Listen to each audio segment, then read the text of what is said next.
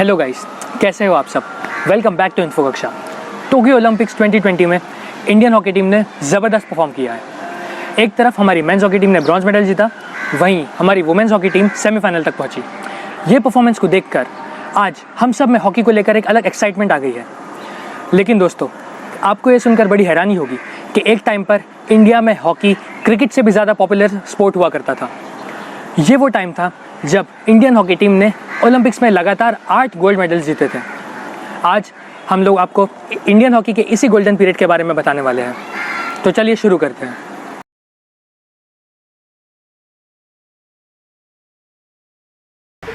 Indian hockey की story 1928 में शुरू होती है। 1928 में इंडिया ने फर्स्ट टाइम ओलंपिक्स में पार्ट लिया और फाइनल्स में नेदरलैंड्स को हराकर अपना फर्स्ट गोल्ड मेडल भी जीत लिया। इसके बाद इंडिया ने 1932 एंड 1936 में अपना टाइटल डिफेंड किया। 1932 के फाइनल्स में यूएसए को 24-1 से हराकर अपना दबदबा बनाया। तो आप इससे अंदाज़ा लगा सकते हो कि इंडियन हॉकी टीम का डोमिनेंस कितना था। 1936 में जर्मनी को 8-1 से हराकर अपना थर्ड टाइटल भी जीत लिया। उस मैच से एक इंटरेस्टिंग बात जुड़ी हुई है दोस्तों। ये मैच जर्मनी में हुआ था और उस वक्त एडोल्फ हिटलर जर्मनी के चांसलर थे। उस मैच में मेजर ध्यानचंद ने इतना बढ़िया परफॉर्मेंस किया कि हिटलर ने उनको जर्मन सिटीजनशिप ऑफ़र की, लेकिन मेजर ध्यानचंद ने उसी वक्त ऑफ़र रिजेक्ट कर दिया। ये इंडियन टीम जिसने 3 कॉन्जिक्यूटिव गोल्ड मेडल जीते, इसे हॉकी की हिस्ट्री में ग्रेटेस्ट टीम एवर माना जाता है। जयपाल सिंह मुंडा, ध्यानचंद और रूप सिंह इस टीम के कुछ लेजेंडरी प्लेयर्स के नाम हैं। मेजर ध्यानचंद की हॉकी फीट्स इतनी एक्सेप्शनल थी कि उन्हें आज भी greatest player of all time consider किया जाता है और इन्हें हॉकी विज़ार्ड का टाइटल भी मिला है। इसके बाद 1940 और 1944 के ओलंपिक्स वर्ल्ड वॉर के चलते कैंसिल हो गए।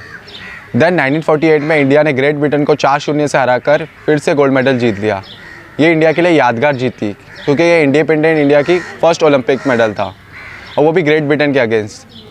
1948 के बाद इंडिया में हॉकी की पॉपुलैरिटी बहुत बढ़ गई।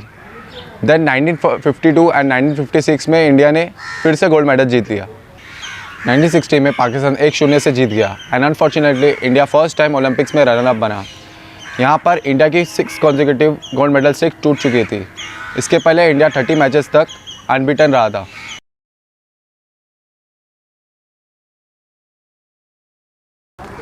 – 1960 से 1980 के बीच में इंडिया ने 2 और गोल्ड मेडल्स जीते, पर इसी टाइम से इंडियन हॉकी का डाउनफॉल स्टार्ट हो गया। कुछ एक्सपर्ट्स का मानना है कि इस टाइम में इंडियन प्लेयर्स ने अपने खेलने के तरीके में कुछ चेंजेस किए। वो अपने नेचुरल गेम की प्लेस पर कुछ फॉरेन टेक्निक्स यूज़ करने लगे एंड यही रीज़न था इंडियन हॉकी के डाउनफॉल का। बट ये सिर्फ कुछ एक्सपर्ट्स का मानना है, इसका रियल रीज़न हमें नहीं पता। पर दोस्तों, 1980 में वर्ल्ड हॉकी में एक और मेजर चेंज आया। वर्ल्ड हॉकी फेडरेशन ने डिसाइड किया कि अब हॉकी ग्रास की प्लेस पर एस्ट्रोटर्फ में खेली जाएगी।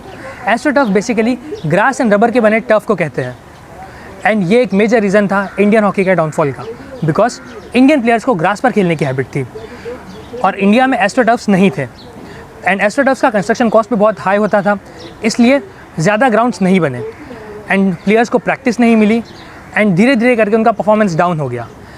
और एक टाइम पे हमारी हालत इतनी ख़राब हो गई कि 2008 में हम हॉकी के लिए क्वालिफाई भी नहीं कर पाए।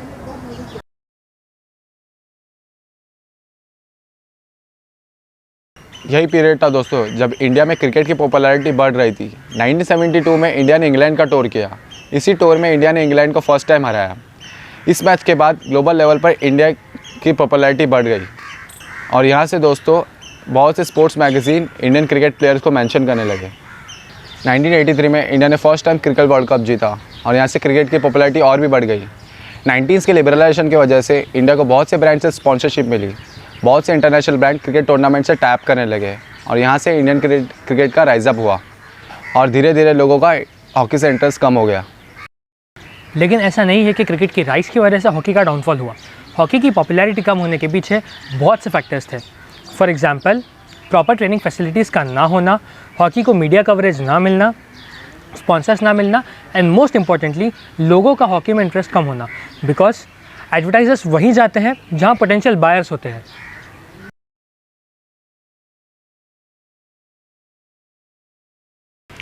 चलिए अब हम अपनी इंडियन वुमेन्स हॉकी टीम की जर्नी के बारे में जानते हैं। अगर हम अपनी इंडियन वुमेन्स हॉकी टीम की बात करें तो ये अभी तक 3 बार ओलंपिक्स में क्वालिफाई हुई है। फर्स्ट टाइम 1980 में, सेकेंड टाइम 2016 में एंड अभी थर्ड टाइम 2020 में। हमारी वुमेंस टीम के पास अभी तक कोई मेडल नहीं है, बट हम 2 बार 4th पोजीशन पर आए हैं, पहले 1980 में, देन अभी 2020 में। हमारी इंडियन वुमेंस हॉकी टीम की कैप्टन रानी रामपाल की स्टोरी किसी इंस्पिरेशन से कम नहीं है। इनका अभी एक रिसेंट इंटरव्यू हुआ है, इसका लिंक मैं डिस्क्रिप्शन में डाल दूंगा, आप इसे एक बार ज़रूर चेक कीजिएगा।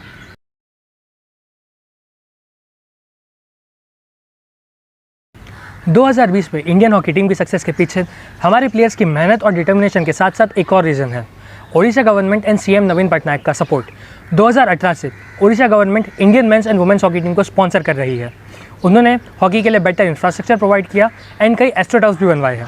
ओडिशा गवर्नमेंट ने टाटा स्टील के साथ कोलैबोरेट करके एक हॉकी का हाई परफॉर्मेंस ट्रेनिंग सेंटर भी बनवाया है। अभी करंटली रूरकेला में हॉकी का लार्जेस्ट स्टेडियम अंडर कंस्ट्रक्शन है, बिरसा मुंडा हॉकी स्टेडियम। इस स्टेडियम का मेन रीज़न है 2023 का हॉकी वर्ल्ड कप जो ओडिशा होस्ट करने वाला है। दोस्तों, आज अगर हम क्रिकेट की तरह फुटबॉल, हॉकी और बाकी गेम्स को भी सपोर्ट करें, इन प्लेयर्स की ट्रेनिंग और स्पोर्ट्स के इंफ्रास्ट्रक्चर पर ध्यान दिया जाए और इन स्पोर्ट्स को भी बेटर मीडिया कवरेज और स्पॉन्सरशिप मिले, तो देन इंडिया ऐसे ही कितने सारे मेडल्स लेकर आ सकती है। दोस्तों, यही थी इंडियन हॉकी की एक ब्रीफ हिस्ट्री। अगर आपको ये वीडियो इन्फॉर्मेटिव लगा हो तो इसे ज़्यादा से ज़्यादा लोगों तक शेयर कीजिए।